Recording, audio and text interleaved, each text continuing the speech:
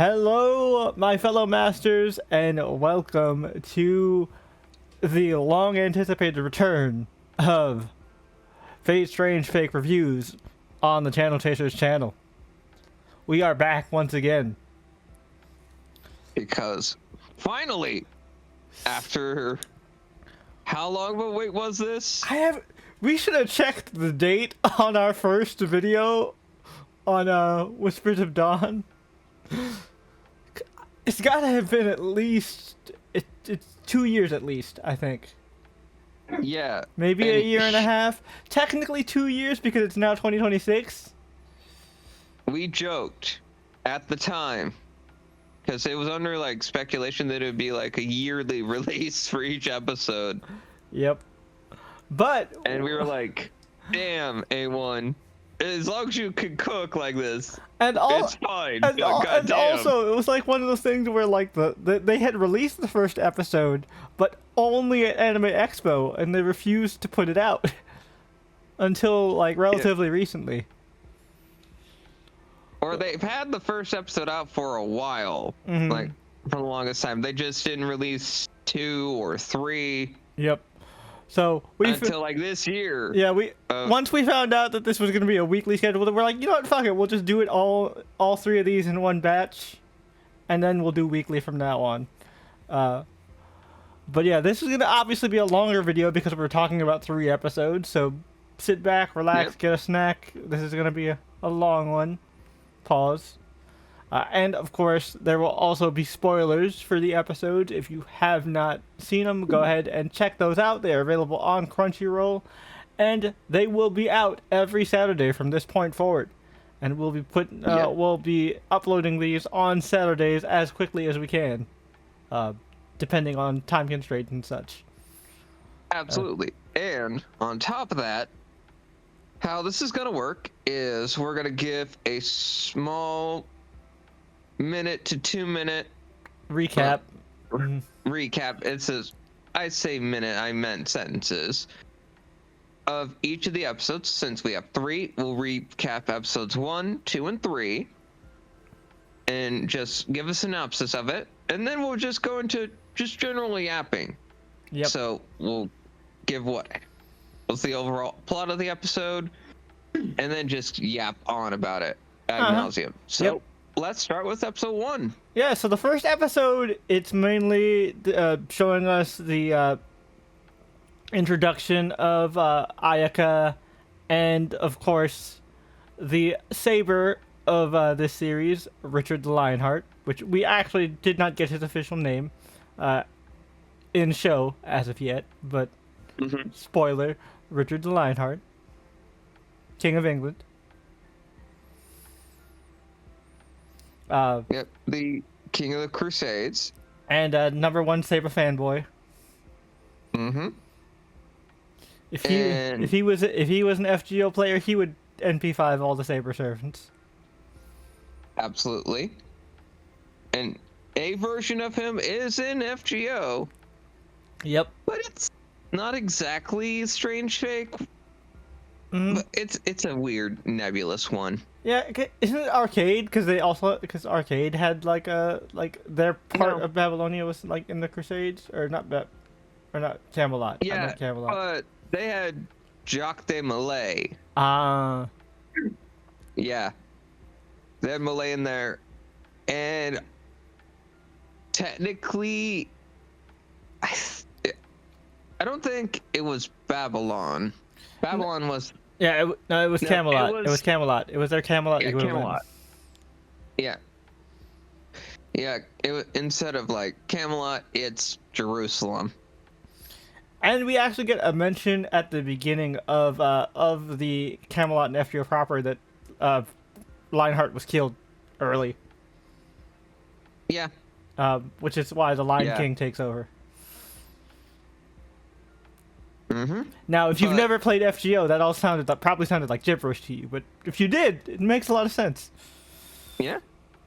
And so with this particular episode overall, I like that we have Ayaka as like this very reluctant protagonist. It very much. I mean, it, out of a cast of like very large personalities, Can- Ayaka is very subdued. Yeah, considering that, like, this is kind of a anniversary special, if you think about it, because, you know, we haven't had a Fate anime in almost 10 years. Yeah. I mean, That much yeah, is true. like, yes, we've had the movies, but the last Fate anime we had was Babylonia, which was like 2015, 2016. So it's about 10 years now, which is kind of crazy to go that long without a Fate anime. But granted, like, most of the lore has been centralized to Go now, so it makes sense. But And along with this, I'm thinking it takes elements of not only like overall Fate lore, but also throws in elements of Tsukihime. there's a lot of Fate prototype in here. We discussed this Yeah. while we were watching it. You know, the thing with Ayaka very much, if you are familiar with Fate prototype, is very similar to the original protagonist, who's also named Ayaka. Yeah. Um, And that I think this Ayaka and the Ayaka of prototype are similar, but different in their own ways.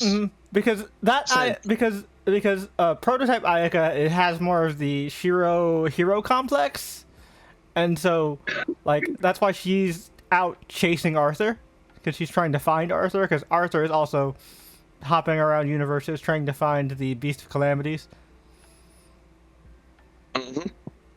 So And like one thing I could say about Ayaka as a character, at least in this story, she, as opposed to her prototype similar to her prototype counterpart, both characters are traumatized. And the thing that I like about this, because this is the first Fate anime in a while, her being this kind of reluctant protagonist who's literally forcibly dragged into this world makes her the perfect vehicle for, alright, you don't know anything about Fate? She's gonna ask questions. You're gonna find out stuff about the lore. A heroic even though she spirit, may what's not that?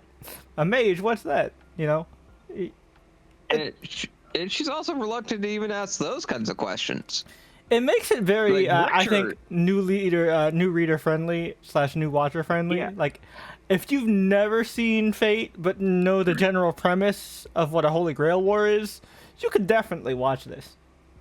Oh, absolutely. Like the first episode, which is great at explaining what it does, but Whispers at Dawn is a must watch. Oh yeah, you don't have to watch Whispered of Dawn, but it definitely really helps because it sets up the motivations for all the characters off bat. I mean, technically, you should watch Whispers at Dawn since it's the episode 0, and it's like the building blocks of what this particular story has. So you get the reintroduction of Gilgamesh and how he's summoned. You get to see Enkidu again, like properly this time. Yep. And you also see other characters, like you may have seen Flat from Elmaloy Case Files.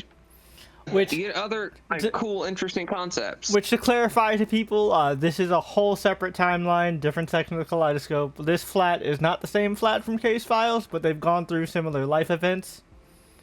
Yeah. This takes place And- about 10 years after the Fate Stay Grail War in their timeline. Yep. Because in the canon, at least this part of the kaleidoscope, the events of Zero and Stay Night have happened.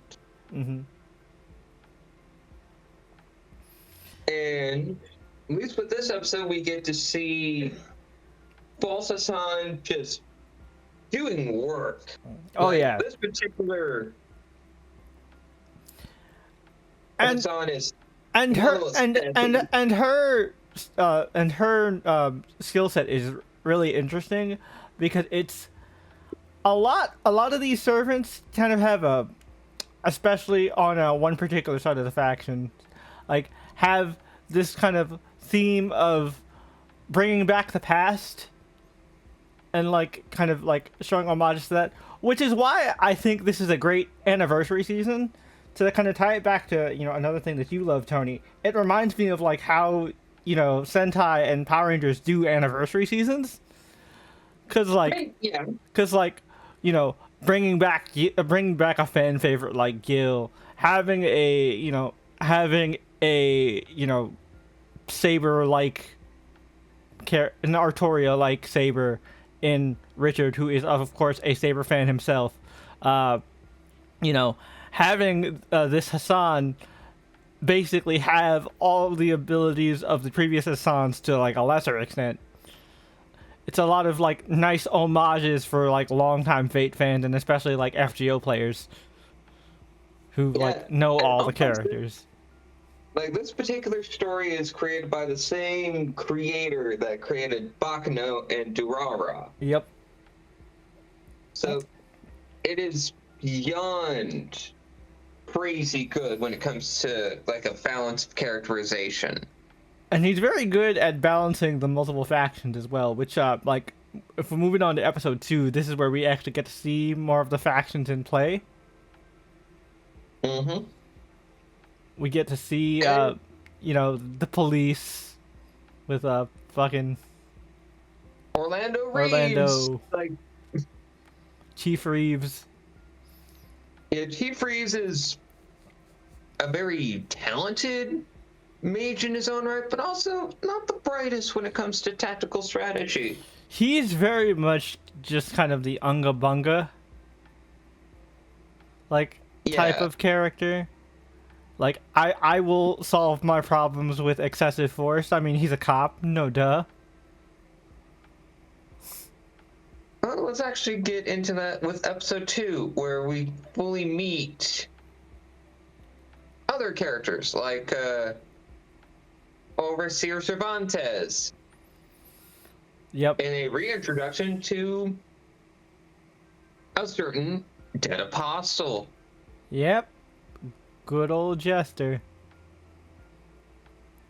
Yeah, because he did not die at the end of false assassin summoning. Yep. That's the thing that we get revealed in a later episode. But yeah, if you know anything about the Nasuverse, vampires are not easy to kill. Well, especially this one. Yeah, he's especially slippery. We'll talk about what his ability is because that's more revealed in episode 3. But you'll see what he can do. And he himself is definitely a wild card among all the wild cards. This entire deck is just made up of wild cards, to be honest with you. Yeah, out of all the false masters, Jester is the wild card of the wild cards. Yeah. Like, I love how, just to tie back in episode 1, each episode seamlessly ties into each other, more so than any other Fate series that I've seen in a while. Oh yeah, they flow together really well, and like they're also really well paced. In a lot of the previous Fate series, especially when you go back to like the original Fate State, not just even like to the Ufotable version, which is like the most improved like take on Fate Stay. There's a lot of like slow scenes and exposition and scenes of just people talking, and there are some of that. There is some of that in here, but it's made interesting, and it also has a nice balance where it's not super serious all the time. You know what I mean? Yeah, I get what you meant. Like, one thing that I love in this particular episode, it shows how flawed Orlando's Clan Calatin is. Mm-hmm. Like, the fight scene in episode 2 between initially False Hassan and the Snowfield Orlando PD. Yeah. They were prepared to fight her, but they were not prepared for the bullshit that came soon after. Oh yeah, no. they're like, okay, we can handle a servant, and then fucking dead apostle shows up, and it's just like, oh, we were not prepared for this. Yeah, we were not prepared to fight Jester, this absolute mad lad. And he tore through them, like it's kind of insane. I guess that jumps into episode 3, which Oh no, we forgot to mention like one of the best characters in this story. oh yeah. Overseer Cervantes. Oh right, Cervantes' fight does happen in episode 2. I thought that was in episode 3. My bad. Yeah. No, it bleeds into episode 3. Oh, but it bleeds into 3. Okay, yeah. Overseer Cervantes. Okay, so y'all remember Kirei, right? If you're a Fate fan watching this video, y'all remember our man Kirei Kotomine, yeah? Mm-hmm. Well, if you want to see even more of the upper limits of what the Executioner Squad can do, look no further. Then Cervantes. Oh man. Cervantes built different. Like, don't get me wrong. Don't sleep on Kirei. Not to steal from Saya, but like, Kirei don't got hands like this. No, he doesn't. Especially in episode 3, because my man is prepared to fight some vampires.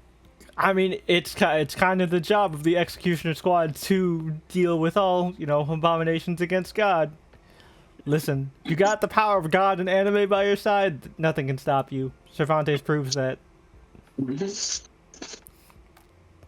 And the only way Jester gets away is by using his, crazy ability, which we find out in episode 3, which is, I guess, was a nice transition into episode 3, onto, like, how he was able to dodge death after Hassan's summoning.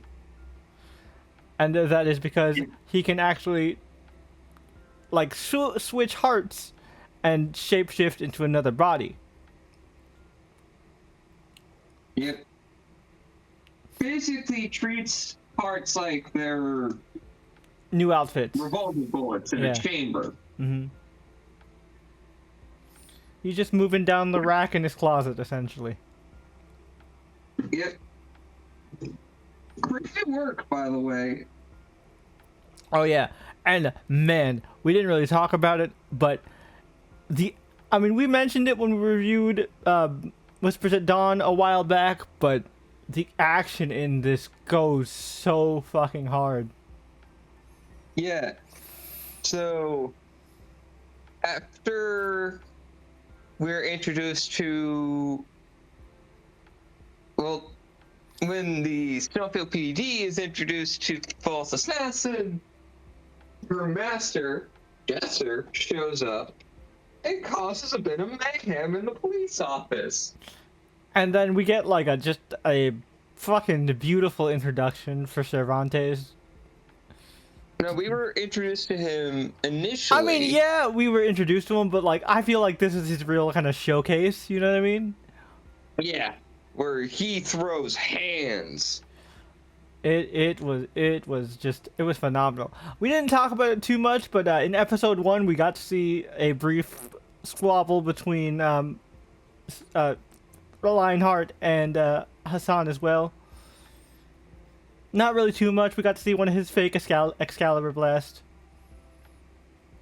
but that was it. Yeah, any sword or any weapon that Richard has in his hands can become Excalibur. Mm-hmm. Although he does not have access to Avalon because he's obviously not the real Artoria. And that's right, Artoria. You hear me, people? You hear me, English dub? Artoria. Not Altria. I know about the Japanese and the L's and R's.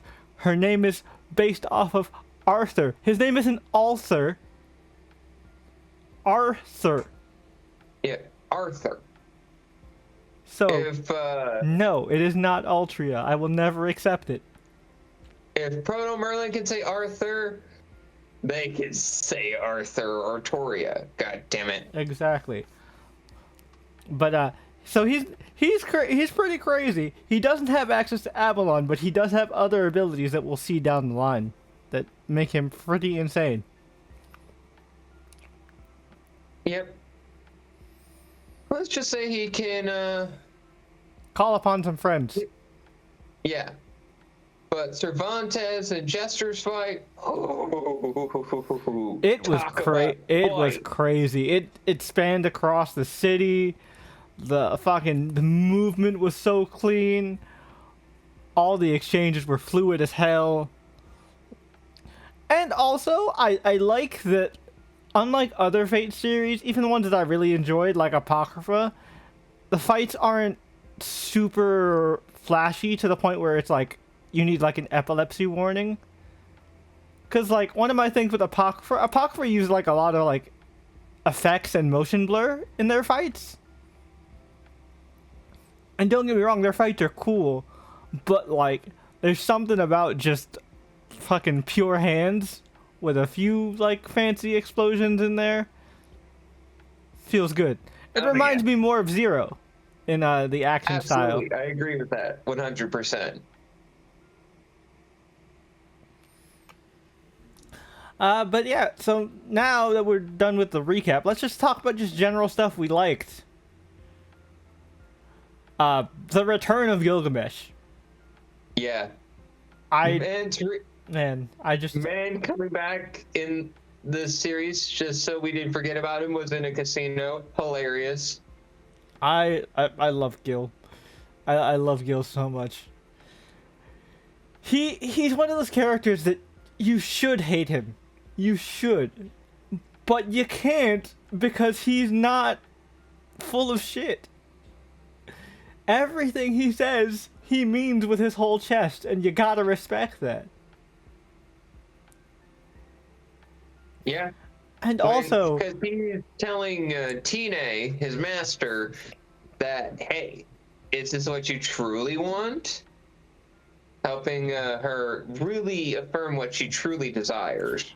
Because that's the thing with Gil, right? Gil, he plays the role of a bad guy if need be, but he's the king of heroes. What he wants to do and what his ultimate goal is to bring about more heroes in the world to perpetuate his own power as the king of heroes.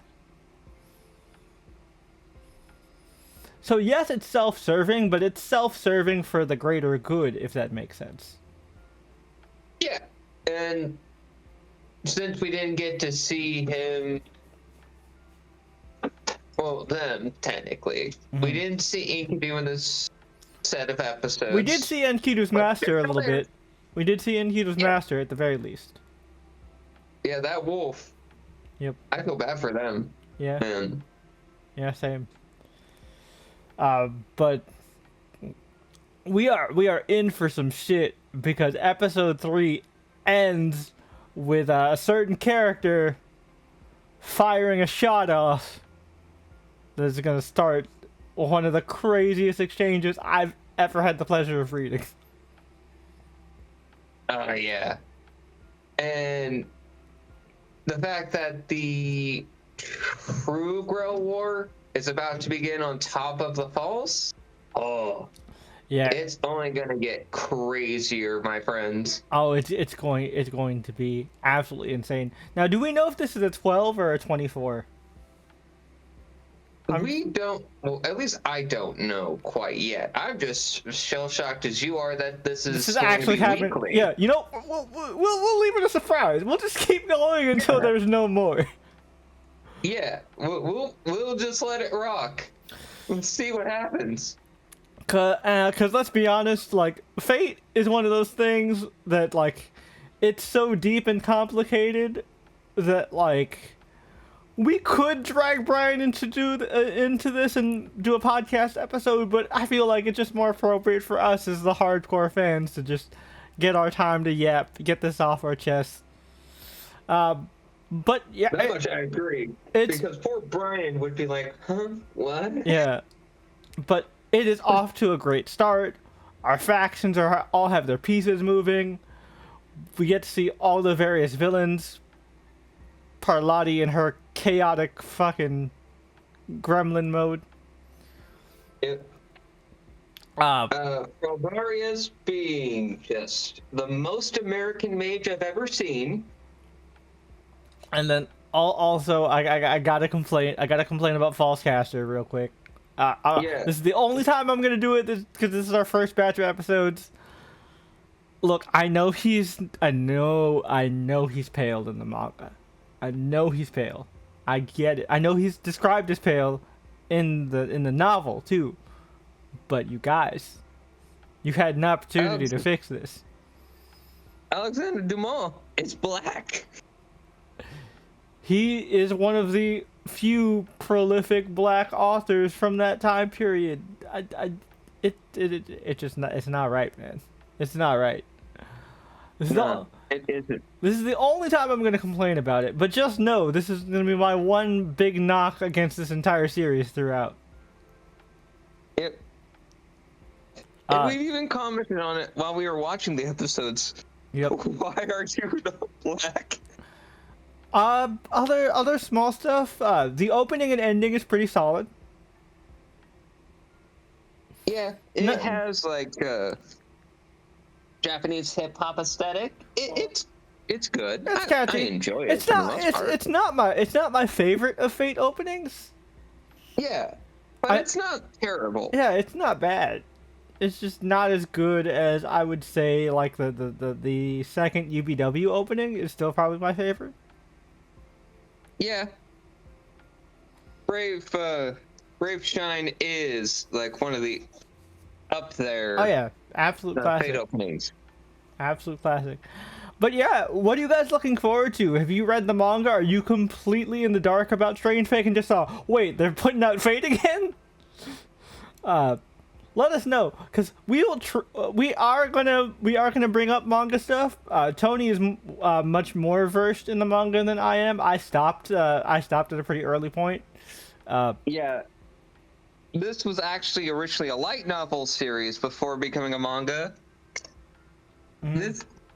This story itself is full of absurd nonsense, to where another Fate aficionado friend of ours, our man Darth, he says, "The fuck is this?" Yeah, no, it feels like sanctioned fan fiction, and I mean that in a non-derogatory way as someone who writes fan fiction.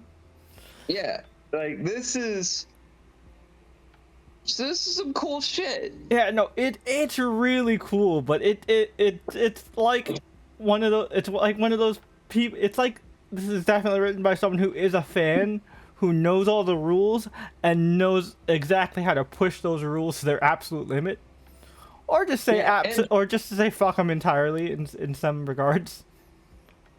Yeah, and this is the author of Bakano. Oh yeah, no, we trust the process. It's gonna go crazy. I definitely trust the process as well. But yeah, look forward to us covering Fate Strange Fate weekly from this point on every Saturday.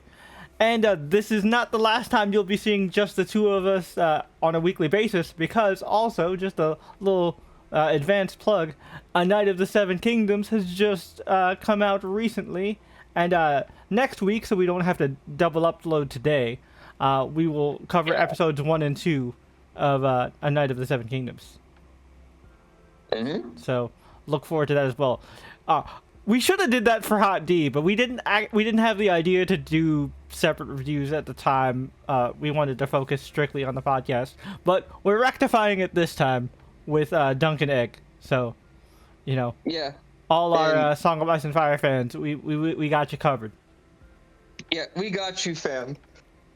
We will yap your ears off and not have to subject Brian to lore that he does not quite understand and or care about. Yep. But he'd care about the night stuff. Oh yeah, he'd care about that. It's Fate that's too deep for normies. I wouldn't. It's too much for his blood. But yeah, so as per usual, do all the YouTube things, like the video, hit that subscribe button and notification bell, as well as the new hype button. If you're watching this within the first week of its release, hit that hype button. It'll put us into the algorithm and hopefully recommend this video to other Fate fans out there who maybe didn't realize that they're actually putting out Fate Strange Fake episodes. Because they're out. And it's pretty fucking good. So, Yeah. Tune in next week for our full recap of episode 4. And until next time, we'll catch you later. Peace.